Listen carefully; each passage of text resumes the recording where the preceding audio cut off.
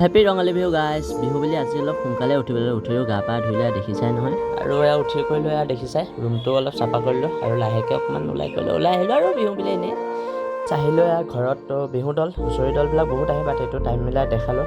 ইয়াত যে দেখিছে চাই আছে গাইজ, ইয়াৰ নাম উদি আৰু ই মোৰ ভতিজা মানে মোৰ দাদাৰ ল'ৰা।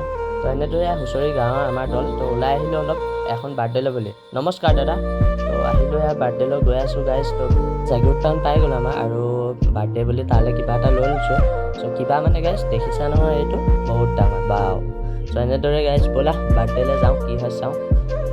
তো এয়া বাৰ্থডে' পাই গ'লোঁ ধুনীয়াকৈ চবে ফূৰ্তি কৰি আছে বাৰ্থডে' বুলি আৰু ৱাও ক্ৰেজি চিন ধুনীয়া কৰিছা দেই।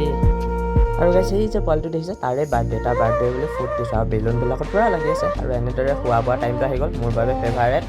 চ' বাৰ্থডে' শেষ কৰি আহি পালোঁ ঘৰ গাইজ আৰু এইটো আমাৰ মেইন মানে মেম্বাৰ হয়।